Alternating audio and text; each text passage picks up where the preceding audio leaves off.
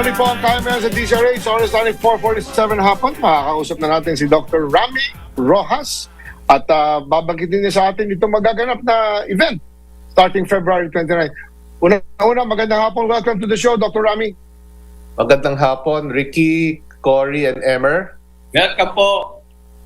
Salamat sa Yes. sa akin dito. Ang rason kung bakit nandito ako today is Yes. February is Cancer Awareness Month. Okay. Buong mundo ho yan, maliban sa Pilipinas. And so we are celebrating Cancer Awareness Month. Just Okay. this month also, we celebrated in Davao with the DOH the 5th year anniversary of the passage of the NICA law, yung Nikalo. National Integrated Cancer Control Act. It's Okay. was passed during the time of President Duterte that really seeks to improve yung status ng cancer care sa buong Pilipinas. And we had that celebration that to cap it all, this next week sa February 29 and March 1, we will be hosting yung Philippine National Cancer Summit. Ito ay multi-sectoral convention. Hindi lang ito pang doktor. It is for everyone, including patient advocates, DOH, industry ng finance, tsaka hospital industry, pharmaceutical. Kasi ang purpose nito is a multi-sectoral whole of society approach in trying to improve the status of cancer care sa buong mundo. It will be graced by no less than the DOH Secretary, si Secretary Ted Herbosa, Yes. Secretary ho ng DILG, si Secretary Benher Abalos. Yes. Yun nga ang inaano natin, whole of society approach in combating cancer, the scourge of cancer sa bansa natin, which is very common. Ang kasama rin po natin dito, of course, yung mga patient support groups. Sila lobby for the passage ng NICA law. They continue to monitor the implementation, and we use this summit every year to parang report card ba? Saan ba tayo ngayon sa pag-implement? Correct. Doc, may binanggit ka yung NICA, no? This is not something na alam ng tao, itong National Integrated Cancer Control Act. Nakita ko dito na eligible na ngayon ang cancer patients to become a PWD. Is that the core of that NICCA? Can you explain that? Kasi may discounts di ba? Yes. Pero hindi lang yan. Hindi lang yan. Okay, yeah. Ang NICA po ay nilabi ng mga cancer patients saka yung support groups nila kasi nakita nila hirap na hirap yung Pilipinong may cancer. Sa serbisyo, pagdating sa financial support at maraming iba, no? And so ang gusto nila comprehensive, and nung pinasa yung NICA law, let me just say pati yung WHO, yung World Health Organization, states na it's one of the best laws against cancer sa buong mundo. Anong law na yun? Anong batas na yun? NICA, National Integrated Cancer Control Act. So very comprehensive ito. Isa sa lang sa bagay niyan yung PWD.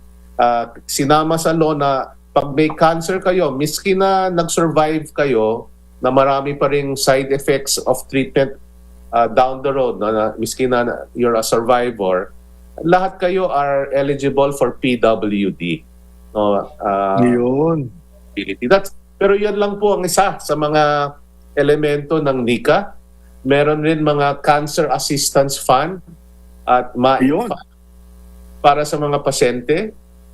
That means financial assistance. Financial Ibig sabihin, assistance. Pati yung PhilHealth, may mga special packages for cancer patients. Yun. And then of course, on the government side, inaayos po nila yung cancer centers, yung cancer programs ng mga hospital nila. To top it all, according to the law, and this is being implemented now, there will be a Philippine Cancer Center. Ito po ay itatayo sa tabi ng lung center. At Oh, okay. Bago yan. Maganda. hindi pa but they're constructing and setting it up, this will be supposedly the apex cancer hospital ng Pilipinas. Oh, pero I saw in the pwede poster tayong na... Go ahead, magkaroon ng Cory. partner. Kasi everybody talks about cancer, di ba? Tapos magpapa-chemo, magpapa-convention. Preventive. Siyempre, yung mga cancer patient, walang budget dyan para sa mahal na gamot at saka mga treatments. Sana, at pwede, alam ko, magsusuporta si Secretary Ted Herbosa dito. Susuportahan niya ito Magkaroon tayo naman ng cancer prevention campaign. Nakausap si Cory, nakausap ko rin si Secretary Ted yan, and that is where our foundation, the Cancer Commission, is also willing to support screening and Yun. detection programs. And Yun. Amang screening, Dok, lifestyle din sana, turuan natin ng ating mga kababayan. yes, may prevention, may screening, and may early detection.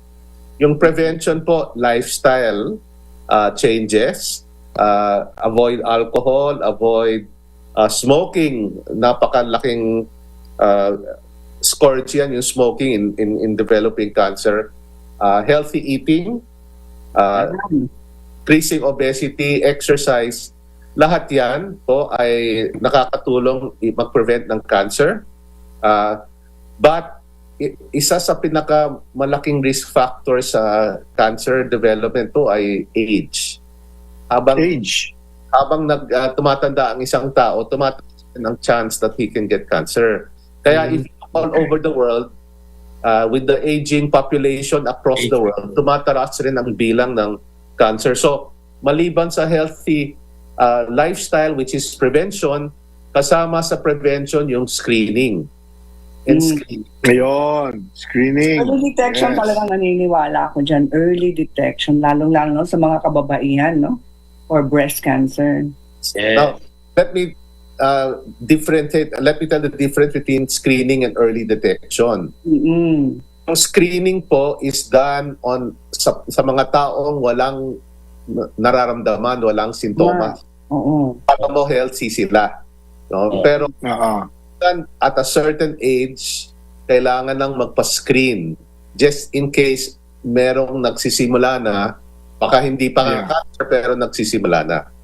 Yung early detection naman, done on patients na may konting sintomas siguro pero nag-check up maaga at na-pick up na may either pre-malignant or may early cancer na very curable pa. Yun. I saw in the poster, Doc, na there are now 31 hospitals all over the Philippines na may pondo para sa cancer treatments. This is widespread. Luzon, Visayas, Mindanao, itong 31 hospitals. The regional hospitals of the DOH. Okay. Sa law, they should develop their cancer centers, Okay. upgrade. Kasi nakita po rin natin, kulang na kulang yung cancer services natin sa Pilipinas, no? Radio facilities, medications, hindi pa lahat available. And then, the other problem is manpower. Kulang na kulang yung manpower. So, kailangan may rational strategy to try to address all of this. Okay. Well, we know, you're very busy. And we'd like to ask you to give your message. Paalala mo sa mga tao about early prevention at saka ulitin mo yung magaganap sa February 29 to March. Go ahead. Cancer is preventable. It is curable when caught early. We need a whole of society approach in our fight against cancer. We invite you to join us in the Philippine National Cancer Summit sa Novotel Hotel sa may Planeta Center. Kayo po, Cory, Ricky, and Emer, you're also invited. Thank you. February 29 and March 1. It will be multi-sectoral po. So I hope to see everyone. Libre po yung registration. Kailangan maaga ho tayong lahat kasi yung lunch ay limited. Libre pero limited. Wala masyadong matamis. At saka wala masyadong matamis. So sana ho ay pumunta ho kayo. Thank you. We'll be there. We'll be there. Oh. Asahan mo, Doc Rami, suporta namin sa DZRH. Kaya mo yan. We will coordinate with Josel on announcements to keep our public posted na early detection, curable ang cancer, at kami, support arm na ninyo dyan, Dr. Ram. Salamat po sa inyong lahat. Thank you. Thank God you. bless. Okay. No? God bless. Thank you. Thank you. Yan po si Dr. Rami Rojas. At nakita nyo, early detection, Yeah. curable.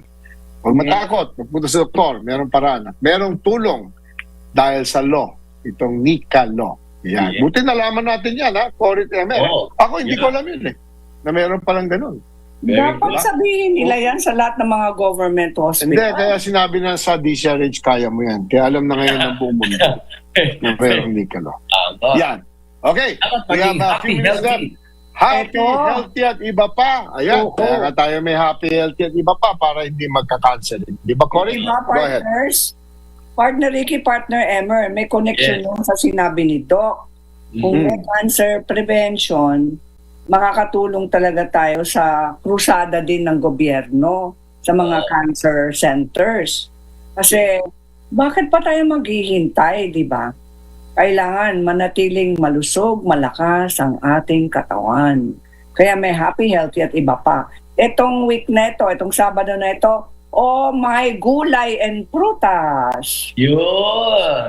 Oh my Ayan. prutas. Oh my gulay. Parang kanta yun ah. Oh Okay. my gulay. Gagawa ko kanta. Sige. Ayan, Alam gawa mo kayo. ninyo, meron daw silang, ang Pilipinas, ng top 10 superfoods. Top 10. O, yung tubo at galing sa katutubong gulay at prutas ng Pilipinas. Ayan. Number 1, maniwala po kayo, malunggay. Kaliit-liit na dahon, napakasustansya. Ano yan? Miracle. Yun. Miracle na Sinabi din ng dahon. World Health Organization na Yeah. napakataas at mayaman po siya sa calcium at iron. Yun. At sa buong mundo, lahat ng mga babae ay mababa ang kanilang level ng calcium at iron. So, Galing. kumain ng malunggay. Ilagay yung malunggay sa sopas nyo. Diba? Yes. Haluin yan sa kanin. Diba? Tama. Moringa. Yeah. Haluin din sa ensaladang Tagalog. Wow. Oh, ang sarap mo. Okay, tapos ito, number 2 na masustansya, ang ating native spinach or alugbate. Alugbati. Alugbati. Tapos yung pinsan ng alugbate or spinach, number 4, we'll skip muna. Yes. Kasi binanggit ko na yung spinach. Number 4, yung kulitis, amaranth. Kulitis. Kulitis is a special kind of spinach na tumutubo din sa Pilipinas. Hindi yung kuliti na alam ni Emer. Oo. ah. Hindi yun. Hindi na Kulitis. boboso. May mga kaibigan kasi gano'n. Oo. Alam po ninyo yung amaranth na yan, meron siyang parang green eh. May bigas Oo. yan eh. At alam nyo, Okay. mahal yan sa abroad ha. Yun ang dapat itanim natin. Oo. Saan mabibili yan? Sa lahat, pati Shopee, nandun eh. Mabibili.